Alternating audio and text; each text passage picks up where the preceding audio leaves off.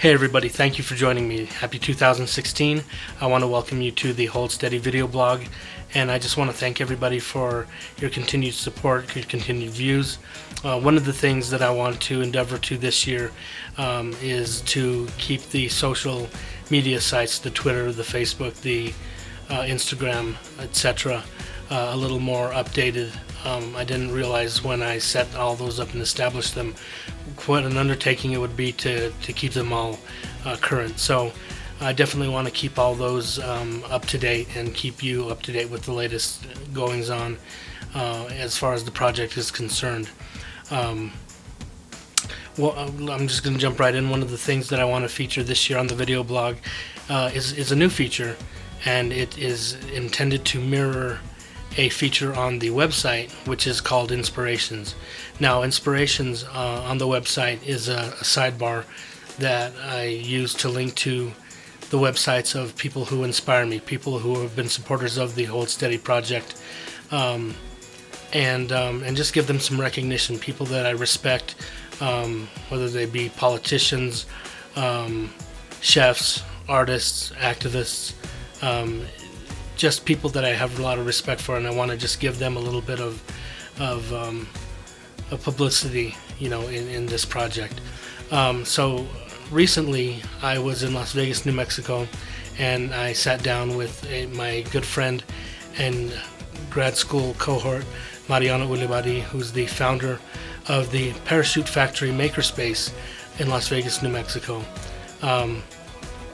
So we sat down and talked to him, and I really think you'll find it interesting. I hope you enjoy it, and I'll join you after the segment. So enjoy.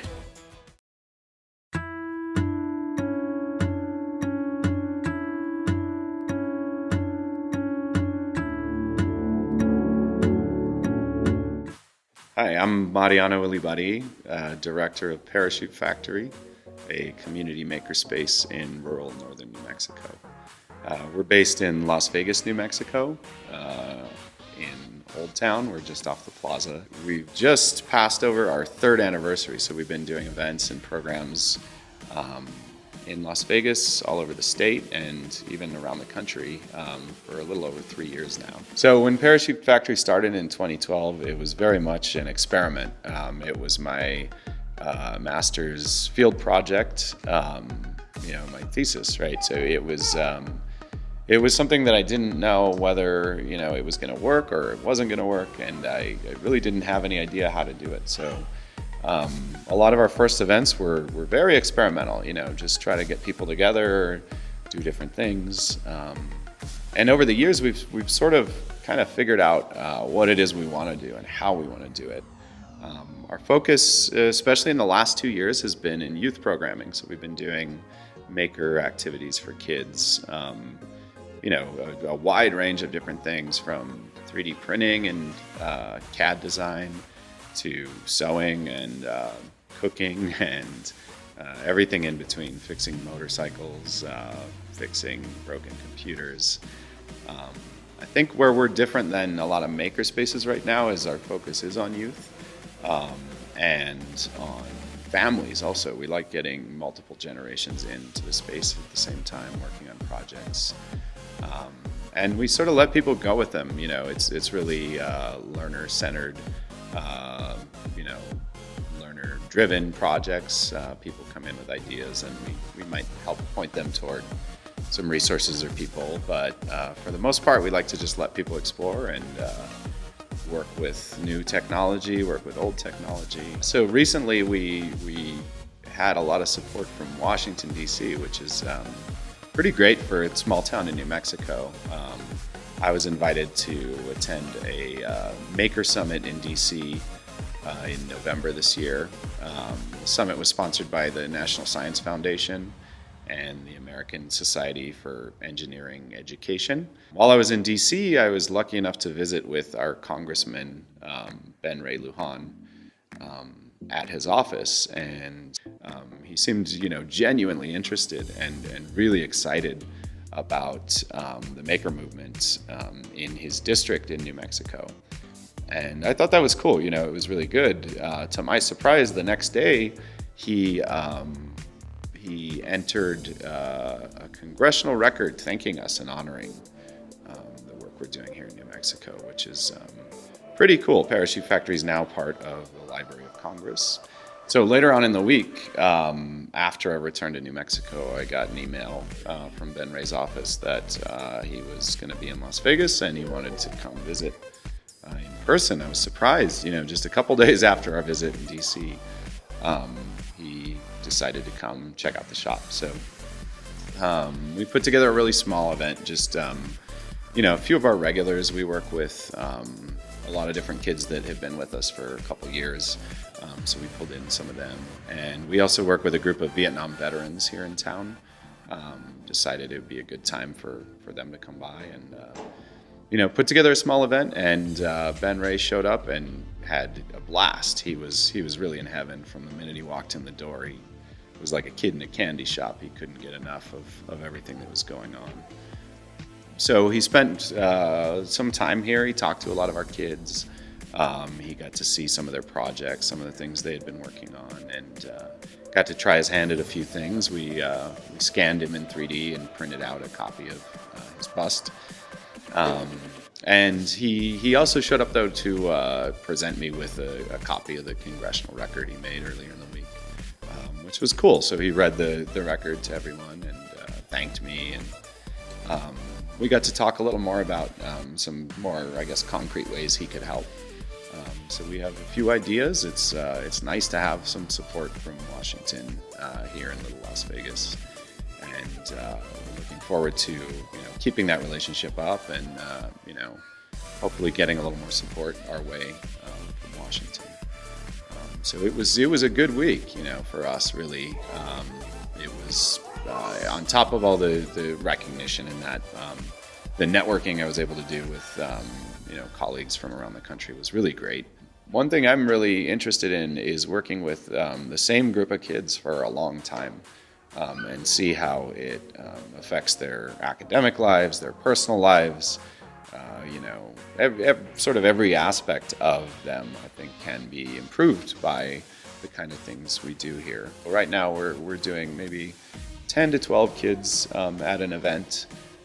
Where it used to be, our first couple of pop-up events had over 200 people. And, it's exciting and it's really cool, but there's less chance for the sort of like real learning that tends to happen with smaller groups, especially over time, letting these kids work on projects for more than just a one-off event is really important to me. We experiment with curriculum. We're part of a group that came out of the Harvard Graduate School of Education. They're doing a research project, a study on maker education, and we're one of the contributing groups. And so I plan to dig deeper into those frameworks from Harvard and hopefully just make more opportunities for a lot of the young people here in Vegas. We're looking at expanding into a second space, so we'll have two spaces here. The second space will be a manufacturing type space, and the idea is, if a kid has worked with us for 3 years and they've become proficient in 3D printing on small scale, why not give them the opportunity to scale it up and do it on large scale in more of like a factory type environment. We think that those kind of opportunities could build careers for a lot of these kids. Really high-paying manufacturing jobs are starting to show up all around the country, and these are the kids that are going to fill them. So if you're interested in finding out more about Parachute Factory and the work we're doing, you can visit our website. It's parachutefactory.org. We're also very active on Facebook, facebook.com/parachutefactory. Sometimes we're on Twitter. It's at Parachute Makers, but for the most part right now we're keeping things word of mouth. So check out the website, check out the Facebook, and find out more about what we're doing. I hope you enjoyed that, and as you can see, there's some really great things going on in Las Vegas, New Mexico, and Mariano is really on the vanguard of some of those developments. So I'm really proud to call him a friend, and I'm really thankful for his support in the project. So I hope you enjoyed that. Again, this was the first of many of these inspiration segments that I want to feature, because I want to show you a little bit about the people that influenced me in my life. If you know anything about me, I'm a hacker and maker by nature myself. I mean, that was kind of the whole emphasis of my graduate program. So again, Mariano and what he's doing has affected me, has affected my children, my whole family, and it's doing really great things for the community of Las Vegas, New Mexico. I wanted to leave you with a preview of what's going to happen next episode. I'm going to be reporting on a therapy that I'm going to start participating in. That was brought to my attention by my good friend Becky Marquez, who's been a supporter of the Hold Steady project as well. And just kind of want to give you some results on that. So I'm really excited about this.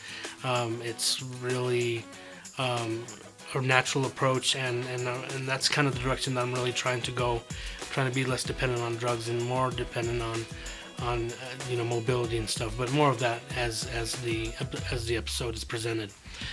In addition to that, I'm not going to let out too many details, but we have something big, God willing, on the horizon. That's going to be kind of a major chapter in the saga, and hopefully a lot of fun to watch. Again, I'm not going to give you too many details until it is nailed down, and actually maybe even not until it's taking place. So we've got a lot of really cool things in store in the year upcoming. So I just want to encourage you to follow me on Facebook, Twitter, Instagram, follow the website, holdsteadyproject.com, and especially subscribe to the YouTube channel so that you can be up to date when new videos are released. And I will do my very best to keep those up to date and keep them fresh and full of new information. So once again, thank you for joining me. More to come. Talk to you later.